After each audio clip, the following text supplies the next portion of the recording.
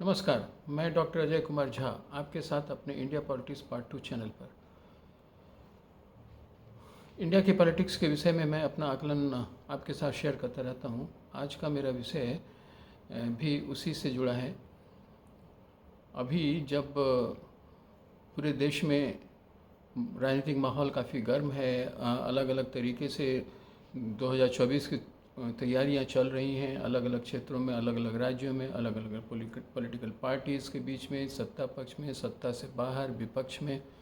तो चीज़ें हर अगले दिन और हर अगले मुकाम पर ज़्यादा इंटरेस्टिंग होती जा रही हैं और इसके जो भी सीक्वेंस और इम्पैक्ट होंगे वो तो समय के साथ उसमें कई परिवर्तन आते रहेंगे, कई बातें होंगी, वो तो है ही हैं। पर अलग अलग राज्यों के बारे में कभी कभी जब हम चर्चा करेंगे तो अलग अलग राज्य की परिस्थितियों के बारे में भी देखने की कोशिश करेंगे।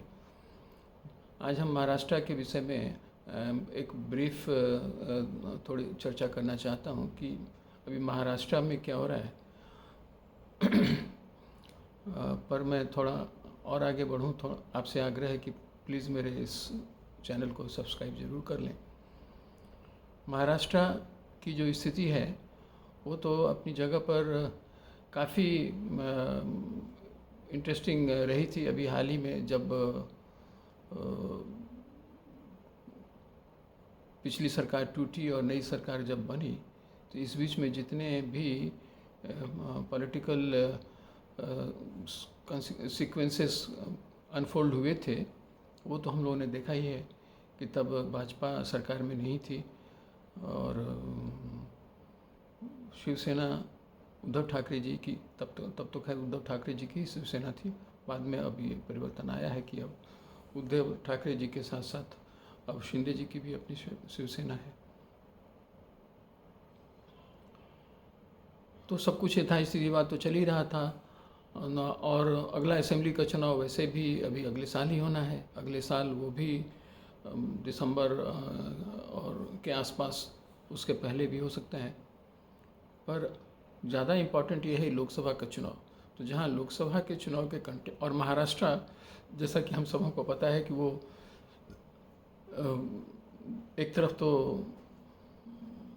बाला साहब का वहाँ वर्चस्व रहा है, उधर शरद पवार साहब का वर्चस्व रहा है।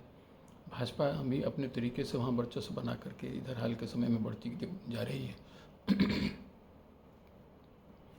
पर जो घटनाक्रम जिस पर हम चर्चा करना चाहते हैं वो ये कि इधर शरद पवार साहब ने तब जब अपनी पार्टी के इस प्रेसिडेंट के पद से अभी हाल ही में उन्होंने इस्तीफा दिया था, जो उनकी पार्टी के लोगों ने माना नहीं, स्वीकार हुआ नहीं और अंततः उनकी बेटी सुप्रिया सुले जी और प्रफुल्ल पटेल जी दोनों वर्किंग प्रेसिडेंट के रूप में स्थापित हुए। लेकिन यहाँ अजित पवार जी रह गए, वो नहीं आ पाए। अजित पवार जी ही शरद पवार जी के साथ, जो उनके अपने भतीजे हैं, पॉलिटिक्स को और एनसीपी को एक मुकाम तक लेकर के आए हैं। ऑफ कोर्स शरद पवार जी तो अपनी हस्ती उनकी तो है ही है, परंतु बाद के वर्षों में अजित पवार जी का कंट्रीब्यूशन काफ़ी ज़्यादा रहा है एनसीपी को बढ़ाने में, इसमें कोई दो राय नहीं है। ऑफ कोर्स सुप्रिया सुले जी तो हैं ही हैं, उनकी बेटी भी हैं और वो काफ़ी एक्टिव पॉलिटिक्स में भी रही हैं, तो उनका भी प्रभाव रहा है। लेकिन अजित पवार जी के प्रभाव को कभी किसी ने अस्वीकार नहीं किया और आज भी नहीं किया जा सकता है।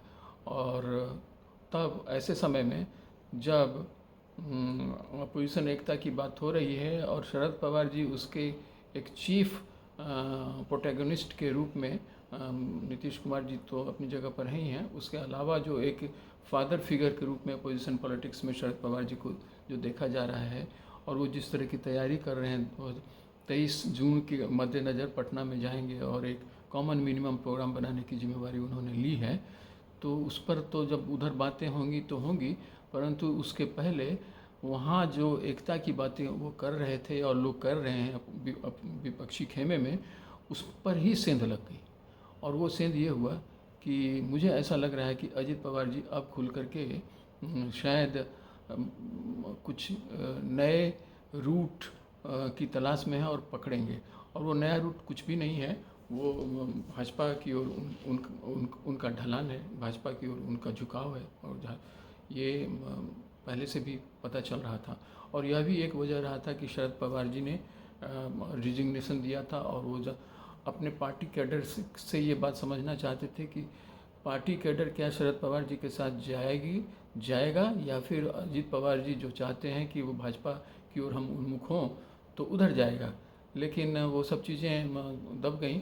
अंततोगत्वा शरद पवार जी ही ने निर्णय लिया, और उनकी बेटी और प्रफुल्ल पटेल जी वर्किंग के प्रेसिडेंट के रूप में आए और अभी कार्यरत हैं। अलग अलग राज्यों की जिम्मेवारी उन लोगों को दी गई है। लेकिन यह तो अपनी जगह पर एक नए ही सिचुएशन को पैदा कर सकता है, इसकी संभावना मुझे लग रही है। अभी जब 2024 का लोकसभा का चुनाव, जहाँ 48 सीटें हैं, और 48 सीट में हमें, और आपको याद होगा कि पिछली बार भाजपा ने 23 और 18 सीट शिवसेना ने निकाले थे, और बाद में और बाकी इधर शरद पवार जी, और कुछ ही सीट, एक आध सीट ही, एक या दो कुछ इसी तरह की सीट कांग्रेस के पास गया था। लेकिन स्थिति ये थी, और लोकसभा में ज़्यादा सीटें एनडीए गठबंधन को गया था। बाद में चीज़ें थोड़ी इधर उधर हुई हैं। ऐसे में अब आगे जो 2024 का चुनाव है, उसमें भाजपा का लक्ष्य तो कुछ राज्यों के साथ कुछ इस तरह का रहा होगा, और रहा होगा कि वहाँ से 48 की 48 सीटें निकाली जाए। कई राज्यों में इन्होंने ऐसे किए हैं, खुद गुजरात है। तो वैसी स्थिति में क्या ये संभव हो पाएगा? जो स्थिति अभी बन रही है, वहाँ एनडीए अभी सत्ता में है और शिंदे साहब मुख्यमंत्री हैं। उन दोनों के बीच भी कुछ नई चीज़ें उत्पन्न हुई हैं। उन दोनों के बीच ऐसा लग रहा है कि कुछ खाई सी उठी है, मतलब हुई है।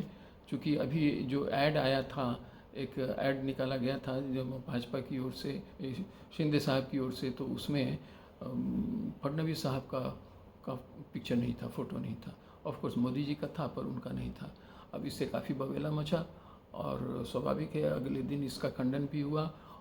फडणवीस जी के फ़ोटो के साथ फिर आया शिंदे साहब का फ़ोटो, और सुप्रिया सुले जी ने इस पर काफ़ी तंज भी किया, और उन्होंने कहा कुछ इनविजिबल हैंड हैं जो शायद केंद्र से चले हैं, और जिसकी वजह से ये सब फिर से रखा गया है। लेकिन भाजपा और शिंदे गुट के बीच में जो अभी जिस तरह से उनकी सरकार चल रही है, सब कुछ ठीक नहीं चल रहा है, तो चीज़ें बदल सकती हैं।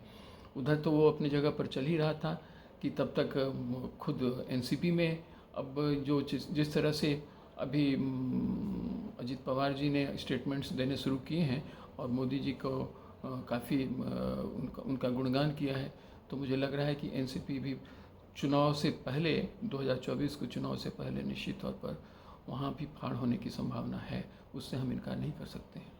अब चीज़ें आप बाद में जैसे भी हों, लेकिन आज की परिस्थिति तो कुछ ऐसी ही दिखती हैं। तो वैसे में जहाँ शरद पवार जी अपोजिशन खेमे को एक करने में जुटे रहे और जुटे हुए हैं, वहाँ खुद उनकी पार्टी में टूट के लक्षण दिख रहे हैं, उनके गठबंधन में टूट हुए हैं। अब देखते हैं क्या होता है। और मोदी जी तो अपने रफ्तार में चले ही जा रहे हैं। ठीक है, राज्यों के चुनाव में जो स्थिति अभी दिख रही है, उसमें कई जगह भाजपा की स्थिति बहुत अच्छी नहीं मानी जा सकती है, जैसा कि अभी सामान्य तौर पर माना जा रहा है राज्यों के स्तर पर। लेकिन फिर उन्हीं राज्यों में 2024 में मोदी जी के लिए चीज़ें उस तरह से नहीं होंगी, यह भी पक्की बात है। क्योंकि अब भारत में लोग इतने तो जागरूक हो ही गए हैं कि उन्हें यह समझ है कि कॉरपोरेशन के लिए हमें किन्हें लाना है, राज्य में सरकार हमें किनका बनाना है, और केंद्र की सत्ता किसे सौंपनी है।